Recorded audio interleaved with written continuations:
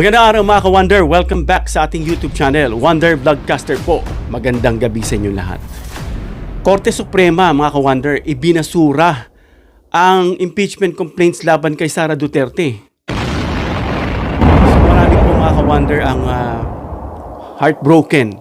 Nagsisipost, nagsisibigay ng kanilang reaksyon sa social media dahil ito raw Supreme Court, sabi nila, no, yung mga nasa pwesto raw dyan, mga maka-Duterte daw.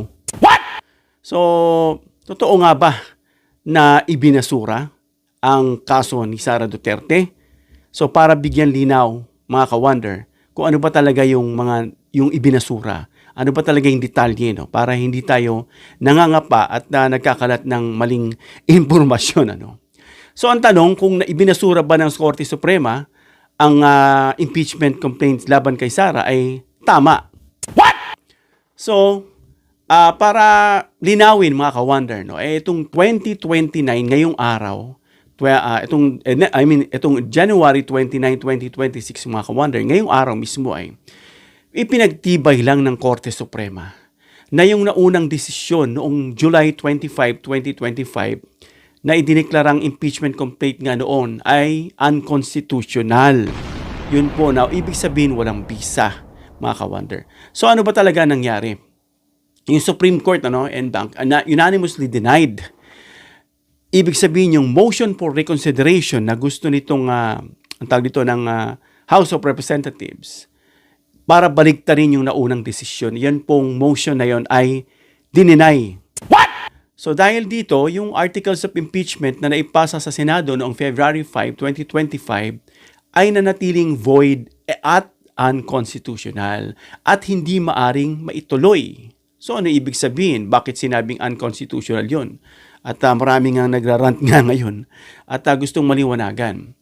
Dahil nga yung sinasabing unconstitutional from the Supreme Court, isa itong technical rule sa Constitution sa Article 11, Section 3.5 na nagsasabing hindi maaring simula ng impeachment proceedings laban sa parehong opisyal. Bakit parehong opisyal? Ang tinutukoy dito mga ka-Wonder ay si Sara nang higit sa isang beses sa loob ng isang taon. Bakit? Ano ba nangyari? Kasi ganito mga ka-Wonder, ang naunang tatlong impeachment, no?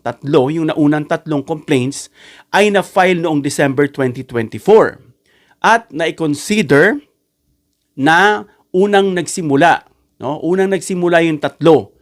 Kaya yung ika-4 na reklamo na na-file noong February 5, 2025 ay napasok dun sa 1-year ban. What?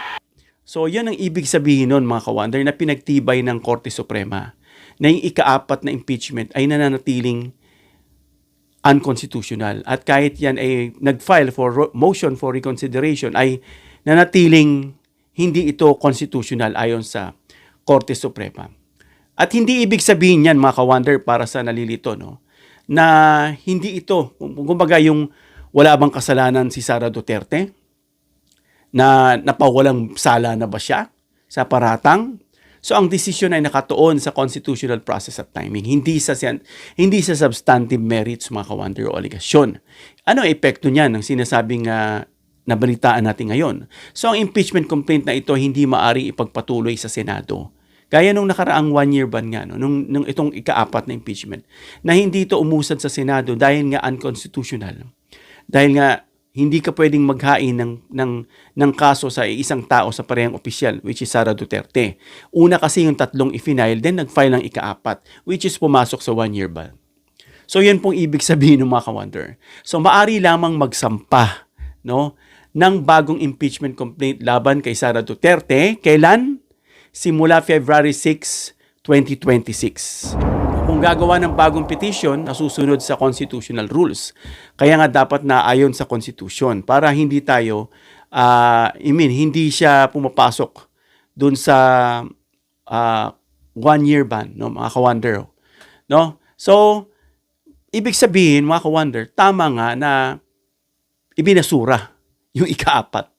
Pero ipinagtibay lang, no, at pinanatiling hindi umiira ang impeachment complaint laban kay Sara yung desisyon noong January 29. Ngayon, 2026, pinagtibay lang mga ka-Wonder. So, ngunit, ito ay nagpapatuloy lamang na yung naunang desisyon noong July 2025 na nadeklara ng impeachment complaint bilang unconstitution. Yun po yung bumilang. Yung ika-4 po ang hindi. So yun siya mga ka-wonder. So para malinawan tayo dyan sa katanungan, nagrarant na kung ano nang binibintang sa Korte Suprema sa mga tao dyan, mga tuta ng Duterte. Kawawa naman sila mga ka-wonder. Yun lamang po Kasi yung issue dyan, alam natin, mga ka-wonder, yung mga naging pangunahing aligasyon laban kay Sara, of course, yung kanyang intelligence fund, yung confidential funds niya, maling paggamit, yun po yung mga akusasyon na may kasamang mga dokumento, yung betrayal of public trust at yung culpable violations of the Constitution. So hindi pa nasasagot ng maayos ang tanong ng Kongreso dun sa itong sinasabi nating ika-4 na complaint na sinasabing i-file. At yun din, yung mga sinasabi ron na ano pa yung mga kaso sa kanya, yung pattern ng pamamahala ng umano'y abusado.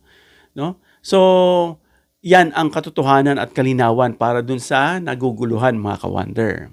So, ibig sabihin na pwede kang magsampa ng bagong kaso. Itong 2026, February, it is coming February. Para kung gusto mo magsampa ng bago, pwede naman. Yun nga lang kasi pumasok sa 1-year bar. Yung ika-4 na i-file nila, dapat sinabay na nila doon sa 3 articles of impeachment sa 4 para ika-4 yun at hindi na sana na violate ng Constitution. So yun lamang po, kulang po mga ka-supporter ng administrasyon at ng BBM na tuloy po ang laban. Hindi po siya idineklarang absuelto. Hindi po siya na-absuelto. Siya, pinagtibay lang yung desisyon ng nakaraang taon na ito nga ay lumabag sa 1 year na dapat antayin mo muna yung isa pang buong taon, which is this coming February 6 if I'm not mistaken, para maipasok mo yung bagong kasong maihain mo. In other words, yung ika-4 impeachment complaint lang po, yun pong lumalabas lang na parang pinagtibay na ito po ay unconstitutional dahil naglabag ito sa 1-year rule. So yun mga ka-wonder, may pag-asa pa. Huwag ninyong isipin na negatibo at maling pagkaka-interpret. At pati yung kay BBM na i-impeach nila ang Pangulo, malabo po yan gaya ng ating diniscuss noong nakaraan. Dahil wala itong mga dokumento, wala itong hindi ito nakikitaan ng malakas na substantial evidence. Wala. Compared dun kay Sara versus dun sa kanila, between the two, malakas na malakas yung kay Sara Duterte. At wala yung malayo na ma-impeach ang ating Pangulo. Hanggang dito lang tayo mga ka-wonder. Comment down below your opinion para mabasa natin. Please give me a thumbs up if you like this video para i-share ni YouTube sa iba pang subscribers and viewers. Please share this video para malaman nila na hindi na-absuelto si Sara, kundi pinagtibay lang yung nakaraang impeachment 2025 na ito'y unconstitutional kahit na ito po'y sinampahan ng Kongreso for motion for reconsideration, ngunit nanatili ang Suprema na ito po'y labag sa 1-year rule. And please subscribe, hit the notification bell icon, choose all bilang suporta sa aming mga content creators. Hanggang sa muli mga ka-wonder, God bless.